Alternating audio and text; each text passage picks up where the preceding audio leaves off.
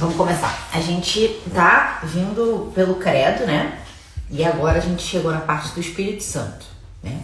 Então a gente falou sobre Deus Pai, falamos sobre a criação, falamos sobre Deus Filho, sobre a encarnação, sobre quem é Jesus Cristo exatamente. Falamos bastante sobre o que é pessoa, o que é natureza, né? E agora, deixa eu tirar aqui, senão eu fico olhando e não consigo prestar atenção. E agora a gente vai falar sobre o Espírito Santo, né? Eu acho que o Espírito Santo é a pessoa da Santíssima Trindade mais difícil da gente entender, né? Porque quando a gente fala Deus Pai, a gente escuta a palavra Pai e isso nos remete a algo que nos é familiar, que é ter um pai, né?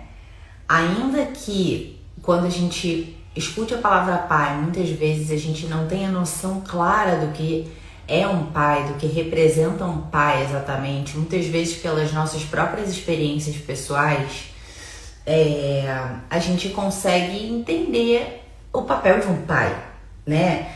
O valor de um pai na nossa vida, o cuidado que um pai tem, em geral, deve ter com o seu filho.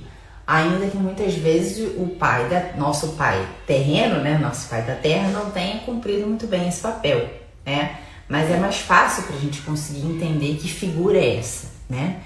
Assim como quando a gente fala do filho, a gente também sabe o que é o filho, né? A gente sabe as atribuições, digamos, de um filho, o que o filho é para o pai, essa relação entre pai e filho, né?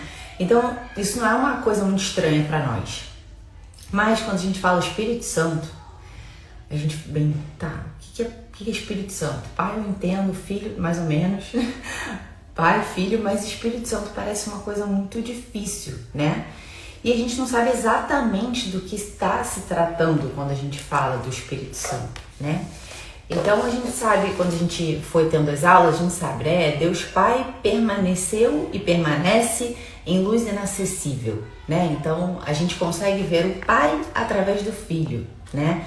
Então a gente consegue conhecer a Deus Pai, o jeito, digamos, de Deus Pai, o cuidado de Deus Pai, a preocupação de Deus Pai, o porquê Deus Pai nos criou, né? A gente sabe muito bem que foi a Santíssima Trindade como um todo. A gente acaba atribuindo algumas coisas, algumas pessoas da Santíssima Trindade, muito mais para o nosso próprio entendimento, né?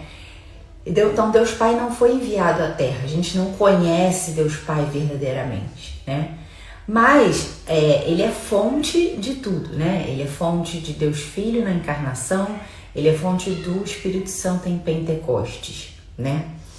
E o Filho a gente conhece muito mais, né? Porque o Filho encarnou, então a segunda pessoa da Santíssima Trindade, ele encarnou, ele passou a se fazer carne, passou a se fazer homem, para a nossa salvação. E a gente já falou bastante sobre isso aqui, né? Mas o Espírito Santo, ele é algo que ele vem nos nossos corações, né? Tudo bem que ele vem em forma de pomba, vem em forma de fogo, vem em forma de brisa, né? Então a gente acaba personificando a figura do Espírito Santo, mas ele não é visível, né? Ele não é palpável, não é tangível. O que a gente vê mais do Espírito Santo são muito mais os seus frutos do que a sua pessoa em si, né? E a gente começou a conhecer o Espírito Santo muito mais no Novo Testamento pelas coisas que Cristo nos falou sobre ele do que a gente conhecia antes, embora a gente visse que ele estava presente no Antigo Testamento. Então o Espírito Santo não foi algo ou alguém que surgiu com o Novo Testamento, com as coisas que Cristo falava. Quando a gente olha retrospectivamente no Antigo Testamento, e é justamente esse papel do Novo Testamento, é nos ajudar a olhar para o Antigo Testamento com o olhar correto, né? Quando a gente consegue olhar para trás, a gente vê que o Espírito Santo já estava lá, que ele já parava sobre as águas, que ele falou pelos profetas, que foi o Espírito Santo que inspirou os profetas a falarem do Filho, né? A falarem de Deus Filho, né? Então, e é muito interessante a gente pensar que a Santíssima Trindade ela tá tão unida, né, que não poderia haver a própria salvação de Cristo, que Cristo veio trazer ao mundo, não seria possível sem o Espírito Santo. Que a gente vai ver ao longo dessa aula, que é o Espírito Santo que nos une a Cristo.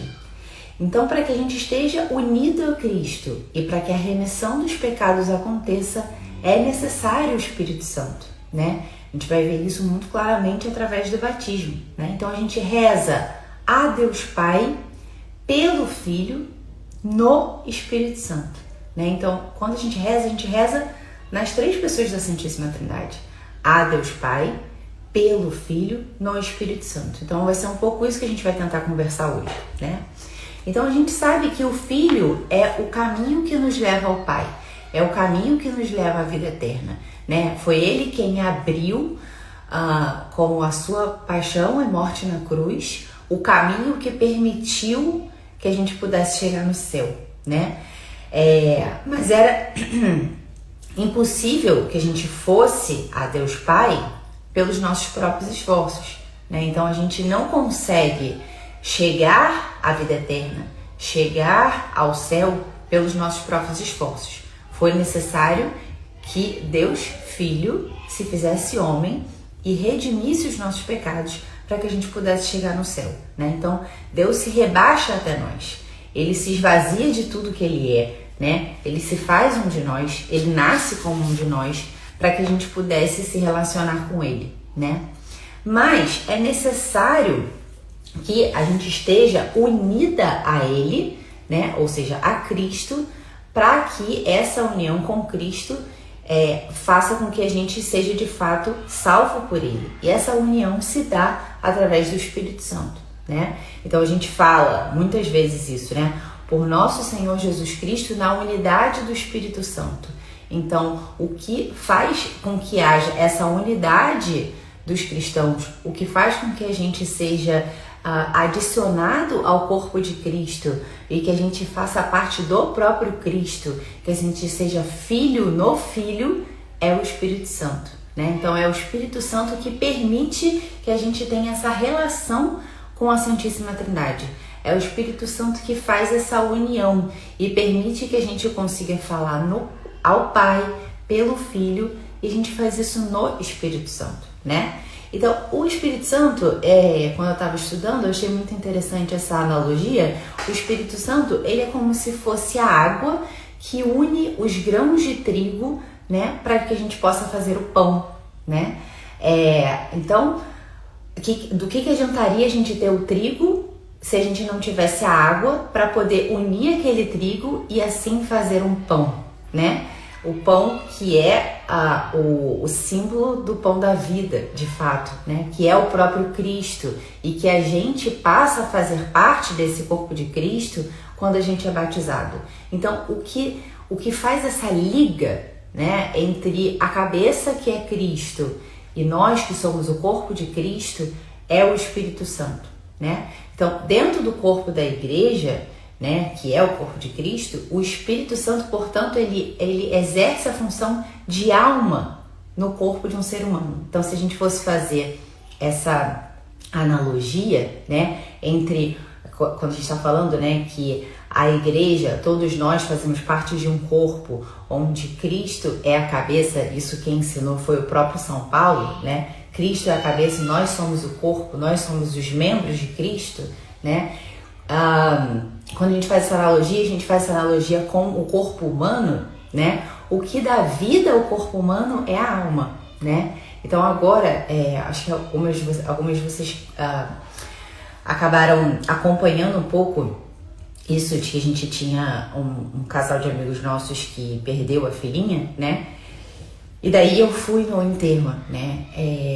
Foi um enterro muito calmo e tranquilo, porque é uma família que tem fé de fato, né? Embora estivéssemos todos sofrendo com aquilo, e é realmente muito duro perder um bebezinho de 2 meses, olhar essa realidade com os olhos da fé, olhar essa realidade de que foi Deus quem deu a vida à Olivia, né? E a Olivia, foi capaz de cumprir a sua missão na Terra, esses pequenos 2 meses que ela viveu aqui, né, permitindo que ela corredimisse com Cristo, que ela fosse batizada, que ela de fato fosse para o céu, né, que é na verdade o que a gente deseja para todos os nossos filhos, né, e conseguiu que tantas pessoas voltassem a rezar.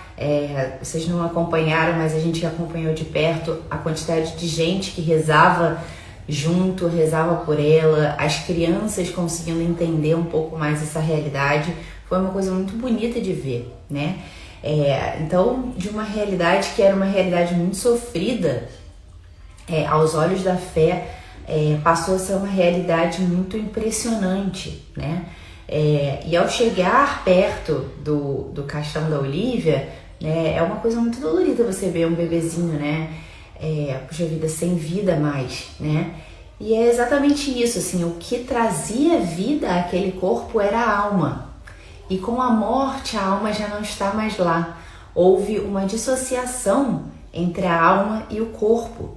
Aquilo ali era um corpo, claro, dado por Deus, escolhido por Deus, né, para haver essa junção entre a alma e o corpo na Olívia, mas é um corpo que que ia se decompor de fato, né? E é justamente isso, assim, o que traz a alma, o que traz a unidade, o que traz a vida, o que traz o que faz de fato viver um corpo, assim como no corpo da igreja, é a alma, e assim como no corpo da igreja é o Espírito Santo. Então o Espírito Santo é a alma de fato de nós cristãos, é a alma da igreja, é o que faz com que estejamos todos unidos, é o que faz com que a gente consiga falar a mesma língua, né? Então quando veio o Espírito Santo em Pentecostes, né, quando veio o Espírito Santo sobre os apóstolos, cada um falava na sua língua e todos se entendiam. Então é exatamente isso que faz o Espírito Santo, né? Então, se não há alma, se não há o Espírito Santo, o corpo se desagrega, o corpo se desfaz, se decompõe, não há mais união, né? Então, o que mantém a união de toda a igreja é de fato o Espírito Santo. O que mantém a unidade do corpo é de fato a alma, né? Então, quando não há alma, o corpo se desagrega, o corpo se decompõe, o corpo se desfaz, né? Então, se a gente tira a alma da igreja, que é o Espírito Santo, a gente se desfaz completamente. Então, a gente vai ver o quanto o Espírito Santo ele está presente na igreja e ele faz com que a igreja seja de fato um corpo vivo, né? Não seja apenas uma instituição. A gente vai falar um pouco sobre o que é a igreja na próxima aula, né? E a igreja é muito mais do que uma instituição de caridade, muito mais do que uma instituição filantrópica, muito mais do que uma instituição humana. Ela é, de fato, um organismo vivo e um organismo sobrenatural, né? E que vai se manter ao longo dos séculos, né? E que as portas do inferno não prevalecerão. Então, é o Espírito Santo que vivifica tudo isso e que faz com que toda a Sagrada Escritura, né? Toda a tradição da igreja se mantenha pulsando, né? Na vida de cada um dos fiéis e permite que cada um dos fiéis estejamos falando a mesma língua, entendamos exatamente o que Deus Pai e Deus Filho, né? Deus Filho através dos seus ensinamentos quis nos ensinar, quis passar para nós, né? Então a gente vê quando vem Pentecostes, né? Antes de Pentecostes, os apóstolos não conseguiam entender muito bem o que estava acontecendo, muito bem os acontecimentos, não conseguiam meio que juntar Lé com Cré, né? Tinham um pouco os ensinamentos de Cristo muito, assim, desconectados, né? E aí depois quando vem o Espírito Santo, ele unifica tudo isso. Ele vivifica tudo isso, ele dá vida a todos esses ensinamentos que Cristo deu anteriormente e permite que isso se transforme em vida na vida de cada um dos apóstolos. E é exatamente o que o Espírito Santo faz na nossa vida, né? Ele transforma o que é a palavra de Deus escrita na Sagrada Escritura, o que é a tradição da igreja que nos ensina sobre os sacramentos, sobre os mandamentos e todos os seus ensinamentos, toda a sua doutrina e vivifica isso em nós. Então o Espírito Santo, ele faz com que nós sejamos outros Cristos. Então a gente falou isso na última aula, né? A vida de Cristo é um filme rápido do que é a nossa própria vida, né? Então esse filme rápido do que é a nossa própria vida, ele vai ser reproduzido na nossa própria vida se a gente permitir que o Espírito Santo assim age em nós, e é isso que a gente deseja com a nossa vida cristã, né? E a nossa vida cristã, por isso ela tem o início no batismo, né? Eu já estou um pouco adiantando a aula, porque no batismo a gente recebe o Espírito Santo. O Espírito Santo passa a viver em nós, habitar em nós e aos poucos transformando a nossa vida através da nossa correspondência, né? Então, só há, portanto, verdadeira comunhão na igreja se houver o Espírito Santo, né? Só há vida na igreja se há o Espírito Santo. Então, o Espírito Santo, a gente falou agora, a gente já tinha falado antes da primeira pessoa da Santíssima Trindade, Deus Pai, né? Que a gente falou sobre ele sendo responsável pela criação, embora a gente saiba que tudo tenha sido criado no Filho, para o Filho, com o Filho, né? Mas Deus Pai é responsável pela criação e pela fonte do Filho e do Espírito Santo, a fonte da encarnação, a fonte da vinda do Espírito Santo em Pentecostes. A gente falou do Filho, a gente falou desse que se encarnou, né? E que permitiu a remissão dos nossos pecados. E agora a gente vai falar da terceira pessoa da Santíssima Trindade, que é o Espírito Santo vivificador. É justamente ele que dá a vida, né? E que a gente vê muito mais os seus efeitos do que ele mesmo, né? Então, ele mesmo não fala, digamos assim, né? Então, Deus Pai fala lá, né? Esse é o meu Filho muito amado, em quem põe toda a minha complacência, né? O Filho fala, eu sou o caminho, a verdade e a vida. E o Espírito Santo não declara nada sobre si mesmo, né? Então, se a gente pudesse fazer uma analogia, né? O Pai é aquele que fala. O Filho, ele é a própria palavra, né? Só que não é possível emitir uma palavra sem ar, né? A gente não consegue emitir uma palavra sem o sopro. Então, a gente não consegue falar sem o ar. E o Espírito Santo é justamente isso, é o ar que permite que a palavra seja emitida e permite que a palavra seja ouvida, né? A gente sabe que é o ar que bate nos nossos ouvidos e aquilo vai reverberando dentro do nosso ouvido para que a gente consiga ouvir o som, né? Então o ar é aquilo que a gente menos nota, assim como o ar que está em volta de nós, é aquilo que a gente menos nota, que a gente não vê, mas que sem ele não seria possível que a gente vivesse, né? Sem o ar que está ao nosso redor, a gente não seria capaz de respirar, né? Então o ar é aquilo que possibilita tudo, que é exatamente o Espírito Santo. É aquele que a gente não vê, mas que possibilita tudo. É aquele que possibilita que a gente escute a palavra de Deus, que a gente entenda a palavra de Deus, que a gente escute a voz de Deus Pai, que a gente consiga entender os ensinamentos de Jesus Cristo, né? É o Espírito Santo que permite que isso tudo se transforme em vida em nossas almas, né? Por isso que a gente diz que na nossa vida interior a gente precisa ouvir as moções do Espírito Santo, ou seja, a gente precisa deixar que esse ar de fato reverbere no nosso ouvido, né?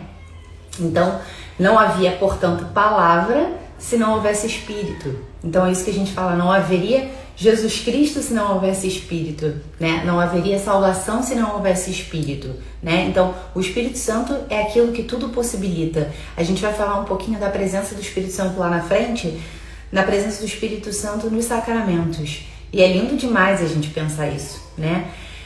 Então, a gente escuta isso, né? Ninguém pode dizer Senhor, Senhor, a não ser no Espírito Santo, né? Então, de fato, para que a gente consiga reconhecer Jesus Cristo, que a gente possa dizer Abba Pai, né? Abba Pater como Jesus Cristo, a gente precisa do Espírito Santo, né? Então, para a gente escutar todas as moções, para a gente entender para vocês entenderem o que eu estou dizendo, para eu conseguir explicar isso para vocês, é o Espírito Santo que permite que isso aconteça, né? Não é a minha força, a minha inteligência somente, né? É óbvio que tem o esforço da minha inteligência, o esforço do meu estudo, mas o que dá vida a tudo isso é o Espírito Santo. E o que toca no coração de vocês também é o Espírito Santo, né? Quantas vezes as pessoas falam que, nossa, aquilo que você falou mudou a minha vida, aquilo que você falou tocou a minha vida. Quantas vezes a gente está escutando uma pregação e a gente fala, nossa, parece que o sacerdote está falando para mim, né? Muitas pessoas têm essa sensação, né? Porque o Espírito Santo que toca em alguns lugares. Às vezes a gente vê pessoas que estão ouvindo a mesma coisa e o Espírito Santo toca em lugares diferentes, que ele toca onde é necessário para haver pequenas conversões, né? Porque a nossa primeira conversão, aquela onde a gente vê tudo, onde a gente entende tudo, onde a gente quer aquele caminho, é uma conversão muito importante. Mas as nossas pequenas conversões diárias, para que a gente possa ir ajustando a nossa vida fielmente àquilo que a gente viu lá no início, isso é muito mais importante, digamos, né? Porque é nisso que a gente precisa ser dócil, né? Então, quando a gente fala de Espírito Santo, a gente, da nossa parte, precisa muito escutar essa questão da docilidade, né? Então, porque a gente precisa ser dócil a essa palavra, a esse sopro, para que a gente consiga ir conformando a nossa vida àquilo que Deus espera de nós. Que no fundo é isso que um cristão precisa fazer, né? Para a gente poder, no fim da nossa vida, dizer, já não sou eu quem vivo, mas Cristo que vive em mim, né? Então isso, né? Para que a gente reconheça o Filho, para que a gente consiga rezar ao Pai, a gente precisa do Espírito Santo, né? Então, o Espírito Santo, portanto, é aquele que tudo possibilita, né? No Catecismo da Igreja, ele fala, né? Esse conhecimento de fé, ou seja, qualquer conhecimento de fé, só é possível no Espírito Santo, né? Para que a gente possa estar em contato com Cristo, é preciso a gente ser tocado pelo Espírito Santo, né? Então, o Espírito Santo é quem nos precede, né? E suscita em nós a fé através do batismo, né? Então, por isso a gente vai ter uma aula só sobre o sacramento do batismo, né? Mas por isso que nós católicos, a gente acredita que o sacramento do batismo é o derramamento de Deus Pai, né? O derramamento do Espírito Santo por Deus Pai, para que a gente possa estar conformados com o Filho, para que a gente possa ser filho adotivo de Deus em Cristo, né? Então o Espírito Santo passa de fato a habitar em nós, e por isso a gente batiza crianças pequenas, né? Porque quando a gente batiza as crianças pequenas, a gente quer que o Espírito Santo já comece a habitar nessa alma, que o pecado original já não seja mais quem domina aquela alma, né? As consequências do pecado original estarão lá, mas o que vai passar a dominar aquela alma é o Espírito Santo. Então todos os meus ensinamentos enquanto mãe, os ensinamentos que ela vai aprender na Santa Igreja e tudo, aquilo vai ganhar vida nela por causa do batismo, né? Então, esse, portanto, é o primeiro sacramento da fé, o batismo, porque nos dá o Espírito Santo, né? Então, a vida que tem a fonte no Pai nos é oferecida pelo Filho, por causa da cruz, né? E nos é comunicada intimamente e pessoalmente pelo Espírito Santo na Igreja, né? Porque o que acontece? Nós todos vamos nos conformar a Cristo. Esse é o nosso desejo enquanto cristãos, que a gente seja cada vez mais outros Cristos na Terra, que a nossa vida esteja cada vez mais conformada à vida de Cristo. Só que a vida de cada um de nós, ela é muito específica, ela é muito pessoal, ela é muito personalizada. Por isso existem tantos carismas existem na igreja, né? Porque as pessoas são diferentes, as pessoas, elas se identificam com coisas diferentes, elas são tocadas por coisas diferentes, né?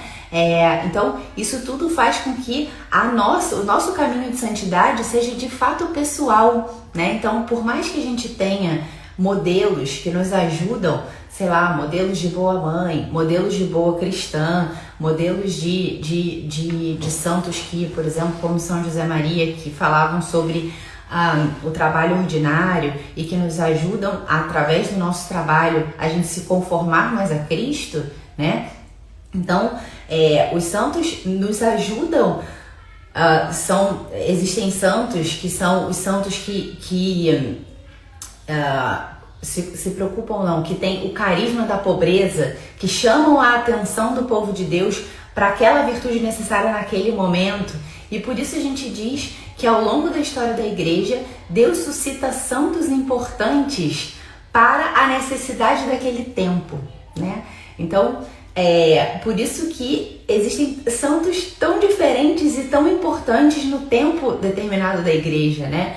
São Tomás de Aquino, Santo Agostinho, que precisavam ir ajustando a doutrina da igreja e que, enfim, né?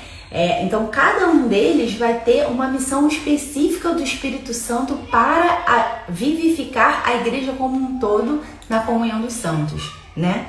Então, o batismo, portanto, nos concede a graça desse nascimento novo no Espírito, né? Por meio do Filho, né? Em Deus Pai, né? Então, é isso. Então, é um caminho que a gente vai. Deus Pai, por meio de Deus Filho, nos faz nascer no Espírito, né? Por isso que lá diz no Evangelho que é necessário a gente nascer de novo, né? Cristo fala, é necessário que nasça de novo. Esse nascer de novo é o batismo, né? E, por outro lado, o Espírito nos leva ao Filho, que nos leva ao Pai, né? Então, é um caminho, né? Ou seja, o Pai nos deu o Filho para que a gente pudesse nascer no Espírito Santo. E o Espírito Santo nos leva ao Pai e o Filho nos leva ao Filho, e o Filho nos leva ao Pai, né? Então, por isso a gente reza, né? Novamente, a gente reza ao Pai, pelo Filho, no Espírito Santo. Ou seja, a gente tem que estar dentro do Espírito Santo para que a gente possa rezar ao Pai pelo Filho, tá bom? Então, se a gente escutar uma pregação, escutar qualquer coisa sobre Cristo, sobre Deus Pai, né, sem o Espírito Santo, é como uma água que lava a pedra, né? Ela passa direto, né? Ela não entra, ela não penetra, né? Então, quanto mais a gente estiver em contato com o Espírito Santo e mais próximo do Espírito Santo e mais alimentado do Espírito Santo a gente tiver, mais a gente vai conseguir se relacionar com Deus Pai e ir a Ele pelo Filho, né? Então, por isso são tão importantes os sacramentos, por isso é tão importante a nossa vida de oração, porque isso tudo nos aproxima do Espírito, isso tudo como que afina a nossa alma para que a gente esteja mais atenta ao que o Espírito Santo nos fala, né? Então, sem o Espírito Santo, a gente não é possível que a gente veja o Filho, e sem o Filho a gente não consegue se aproximar do Pai, tá? Então, o Espírito Santo é o primeiro que opera em nós, mas, por outro lado, é o último em geral que a gente toma consciência, né?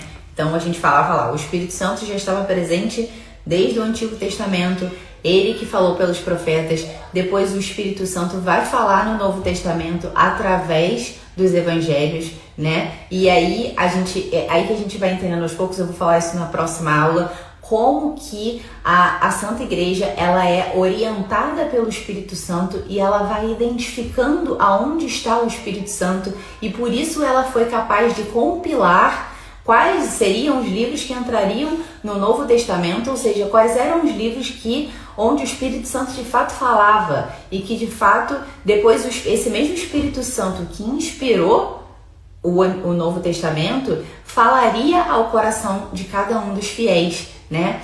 Mas ao mesmo tempo, como a gente sabe que nem sempre a gente está muito afinada, porque muitas vezes a gente entram muitas coisas na nossa cabeça que nos confundem em relação ao que o Espírito Santo de fato está nos ouvindo, entra aí o magistério da igreja para ir nos orientando, para ir atualizando, não no sentido de mudar a doutrina, não no sentido de mudar a Sagrada Escritura, mas no sentido de como a gente vai viver os ensinamentos de Cristo no nosso tempo atual. Então, por exemplo, no tempo de Cristo não havia, por exemplo, anticoncepcional. Então, a igreja, ela se reúne e a gente acredita que ela está sendo guiada pelo Espírito Santo para orientar os fiéis de acordo com essa nova coisa que surge, né? E dar orientações. Quando surge, por exemplo, uma ideologia nova, quando surgiu, por exemplo, o comunismo, o que a igreja, enquanto corpo de Cristo e que está unida pelo Espírito Santo, o que a igreja pode orientar os seus fiéis sobre essa nova realidade, né? Então, olha, quem é comunista não pode ser cristão. Há uma coisa que impede a outra, né? E então a igreja ela vai se unindo através do seu magistério, e é muito impressionante como o magistério da igreja fala sobre temas tão atuais e tão importantes, e essas mesmas coisas que foram ditas há séculos atrás, elas são tão atuais para nós também, né? Então a gente vai falar isso um pouco na frente, sobre o papel do Espírito Santo na igreja, tá? Então, a gente já falou que o Espírito Santo, ele é uma das pessoas da Santíssima Trindade, consubstancial ao Pai e ao Filho. Ou seja, o Espírito Santo é Deus. Ele tem a mesma substância de Deus Pai e Deus Filho, né? Então, voltando rapidinho, a Santíssima Trindade é uma natureza divina e 3 pessoas. Então, o Pai, Filho e Espírito Santo, eles são Deus, né? E eles são Deus uno, mas ao mesmo tempo eles são 3 pessoas. E eles têm a mesma substância, que é a mesma natureza, que é a natureza divina, tá? Então por isso a gente fala, e com o Pai e o Filho é adorado e glorificado. Então quando a gente está tratando o Espírito Santo, a gente não está tratando uma outra coisa que não o próprio Deus, tá? A gente está tratando, mas alguns santos nos orientam a que a gente tenha um trato pessoal com Deus Pai, Deus Filho e Deus Espírito Santo, né? Então, meditar sobre o Espírito Santo, meditar o papel que ele tem na nossa vida, estar atenta às moções do Espírito Santo, né? Isso tudo nos ajuda a crescer e a nos conformar com Cristo e a chegar ao Pai, tá? Então, nos últimos tempos, ou seja, quando depois da salvação e que Cristo ressuscitou e ele ascendeu aos céus, ele mandou o Espírito Santo. Então foi inaugurado, né, o tempo do Espírito Santo, que é esse tempo que a gente vive, que é de fato o tempo da igreja, que é quando a gente fala sobre a igreja ser esse braço de Cristo no mundo. É exatamente isso, porque o Espírito Santo ele passou a ser esse que orienta o mundo a Cristo para chegar ao Pai, né? Então o Espírito Santo, que é a igreja, é ali que ele chega em nós, né? E ele faz isso através da igreja, porque quando a gente é batizado, a gente é unido a ele, né? É unido a esse corpo, né? E é através desse organismo que a gente consegue estar unido a Cristo, e é através dessa união com Cristo que a gente vai ser salvo, tá? Então, isso que eu já falei com vocês.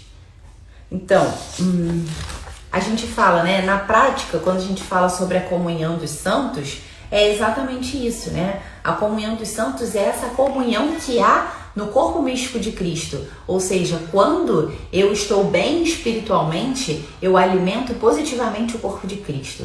Quando eu estou mal espiritualmente, quando eu cometo um pecado, quando eu me afasto da Santa Igreja nesse sentido, eu estou atrapalhando a comunhão dos santos, né? Então, por isso, quando a gente agora estava rezando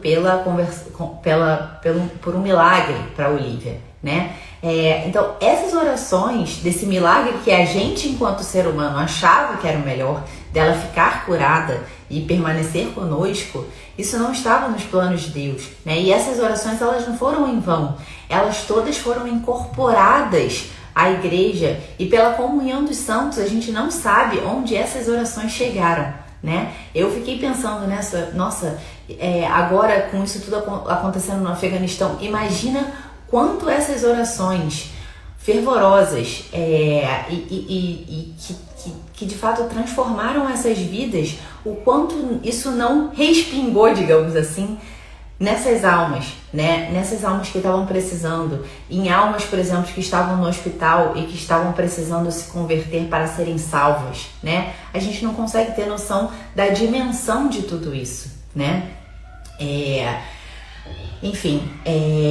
O Espírito Santo, a gente fala, né? Creio na ressurreição da carne, né? Ele é o vivificador. Ele vai ser foi ele, óbvio, Deus Pai, Filho, Espírito Santo, mas ele quem ressuscitou o próprio Cristo, né? E quem nos ressuscitará nos últimos tempos, né? Quando acontecer a segunda vida de Cristo, né? Ele que nos dá a vida eterna, como eu dizia, né? A gente já aqui na Terra, através do Espírito Santo, a gente já tem essa participação na vida eterna já aqui na Terra, né? Quando a gente vive de acordo com aquilo que Deus espera e a gente faz com que o Espírito Santo viva em nós, né? E na vida dos santos, a gente vê uma antessala do céu, né? A gente fala, nossa, como é possível uma pessoa viver assim, né? E é difícil, de fato o Espírito Santo quem vivifica tudo isso em nós, né? Então, a gente, portanto, olha o Espírito Santo através da sua obra, né? Então, a gente já dizia, né? A gente vê o Espírito Santo nas Sagradas Escrituras, a gente vê o Espírito Santo na tradição da igreja, né? E a tradição da igreja não é uma espécie de segredo que foi sendo contado de pessoas às pessoas até chegar a nós. E aí, nossa, olha que telefone sem fio, obviamente que deu ruim. Não, a tradição da igreja, como a gente falava na nossa primeira live, né? A tradição é a vida divina encarnada nos fiéis, né? Então, de fato, a doutrina da igreja não é uma doutrina que tá lá num papel e que a gente precisa seguir uma série de regras, né? Não é isso, né? A doutrina da igreja, ela precisa ser vivificada na vida dos fiéis. E é o que a gente falava, quando a gente vê um fiel que está vivendo de acordo com os ensinamentos da igreja, que está permitindo que o Espírito Santo fale nele, que está permitindo que o Espírito Santo viva nele, né? Que está vivendo heroicamente a sua fé, como isso fala, nossa, tem algo diferente nessa pessoa, tem algo diferente que eu quero ser como essa pessoa, tem algo diferente que ela desperta em mim. E é essa vida real, pulsante, que é a tradição da igreja, né? Que é a doutrina de Cristo encarnada na vida dos fiéis, né? Então, o Espírito Santo, como eu dizia, está no magistério da igreja, nos papas, nos bispos. Ah, Samia, mas o Papa é sempre infalível, ele sempre está ouvindo o Espírito Santo, os bispos também. Não, claro que não é assim, né? Mas a gente vai explicar isso um pouco mais na frente, como é que o Espírito Santo age e como que a doutrina da igreja ela vai sendo formada de maneira bem sólida com as orientações do Santo Padre, com as orientações nos concílios, e que obviamente é o Espírito Santo quem está lá, né? O Espírito Santo está presente na liturgia sacramental, ou seja, nos sacramentos da igreja. Então, é o Espírito Santo que permite os sacramentos, né? Então, os sacramentos, eles são sempre a ação do Espírito Santo em nós, né? Então, todos os sacramentos é Deus Pai quem envia o Espírito para gerar o Filho. Então, a dinâmica de todos os sacramentos é sempre assim. É Deus Pai que envia o Espírito para gerar o Filho em nós. Então, por exemplo, no batismo, é Deus Pai quem derrama o Espírito Santo, e a gente vê isso acontecendo na água do batismo, né? A gente vai ter uma aula sobre todos os sacramentos, né? Isso aqui é só para vocês entenderem mais ou menos como o Espírito Santo funciona. Para que a gente se torne filho no Filho, né? Então, o Espírito Santo, ele é a força que gera o Filho de Deus em nós, para que a gente possa ser um membro desse corpo de Cristo. Então, quando a gente é crismado, Deus Pai envia o Espírito Santo para que gere em nós o ungido, né? Que o próprio Cristo, que é o ungido. Então, na crisma a gente é ungida, a gente passa a ser soldado de Cristo. Então, gera em nós a força de Cristo nesse sentido. Na Eucaristia, Deus Pai envia o Espírito Santo para que se realize o Filho no pão e no vinho, né? Para que aconteça no pão e no vinho o Filho, a sua verdadeira carne, a carne, o sangue de Cristo ali no pão e no vinho, né?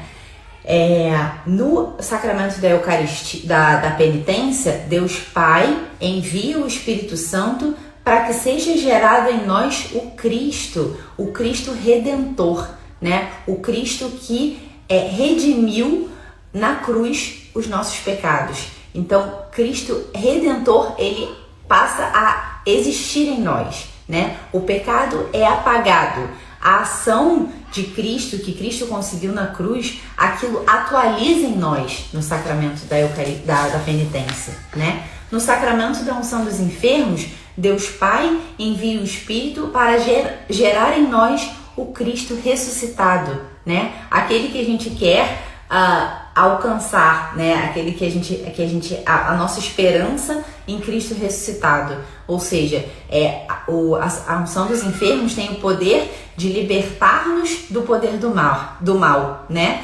De dar-nos a saúde física, se assim for da vontade de Deus, de nos dar força para combater o bom combate, que de fato é o combater até o fim, sendo outros Cristos, né? Ou seja, é esse momento da passagem da cruz para a vitória, quer seja nos devolvendo a saúde da alma, quer seja nos devolvendo a saúde da alma com a nossa morte e permitindo que a gente entre na vida eterna, né? O sacramento da ordem é a mesma coisa, é o Pai que derrama o Espírito que gera naquele homem Cristo sacerdote. No sacramento do matrimônio, é Deus Pai que derrama o Espírito que faz com que naquele homem e naquela mulher seja gerado o sinal de fidelidade de Cristo o sinal da fidelidade de Cristo pela sua igreja, né? Então, o sacramento do matrimônio é um sinal, ou seja, é um sinal vivo e eficaz da graça de Cristo, né? E de que nós vamos viver no nosso matrimônio, na nossa vida matrimonial, as pessoas poderão ver Cristo, o amor que Cristo teve pela sua igreja e o amor da igreja por Cristo naquele casal, né? Então, na nossa oração pessoal, o Espírito Santo vai agir em nós, nos carismas da igreja, nos ministérios da igreja, né? E nos santos da igreja, de fato, que a gente vai ver Cristo vivendo naquelas pessoas, né? Então, a gente sabe, né, que Cristo revelou o Espírito Santo nos seus ensinamentos e vai comunicar à igreja nascente, que foi o que aconteceu em Pentecostes, né? Exalando o seu alento sobre os apóstolos depois da ressurreição, né? Então, foi o que aconteceu. No dia de Pentecostes, o Espírito Santo foi enviado para permanecer com os apóstolos, permanecer na igreja, no corpo místico da igreja, vivificando a vida dos apóstolos, né? Então, uma vez eu ouvi isso e achei muito bonito, né? Os atos dos apóstolos, a nossa vida é como se fosse a continuação dos atos dos apóstolos nesse sentido, né? Obviamente que a revelação acaba ali quando morre o último apóstolo, né? Mas não é que a gente vá revelar novas coisas sobre Deus, mas o que o Espírito Santo faz na vida daqueles apóstolos, o que o Espírito Santo faz na vida daqueles discípulos, isso continua na vida de cada um de nós dentro da igreja, né?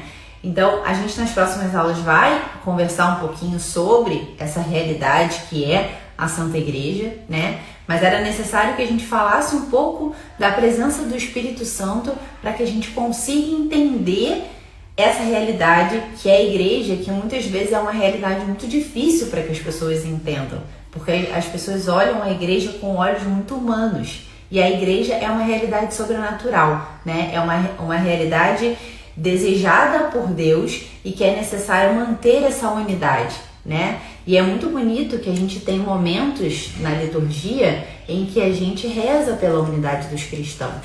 né? Porque o Espírito Santo é um só. Então não é possível ele falar com cada uma coisa, né? Há uma unidade e é necessário a gente ver que unidade é essa, e essa unidade nos leva ao Filho, né? E esse nos leva ao Pai, tá bom? Então, era um pouco isso que eu queria falar, espero que tenha ficado claro. Obviamente, há muitas coisas que a gente pode falar do Espírito Santo, e o Espírito Santo, ele de fato é o doce hóspede da alma, né? Então, de fato, ele vive em nós. E apesar, como a gente falava, né? Apesar de ser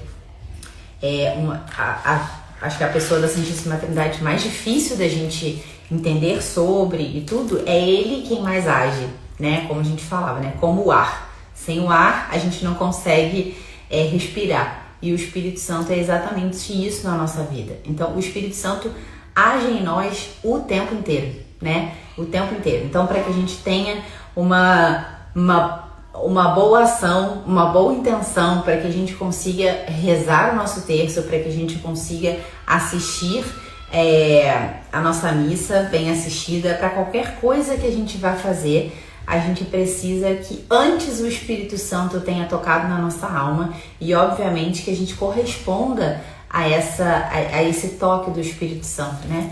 Então, a grande questão é que a gente consiga ser dócil, como eu dizia, né? Que a gente consiga ser dócil ao Espírito Santo para que a gente possa viver a vida de Cristo em nós.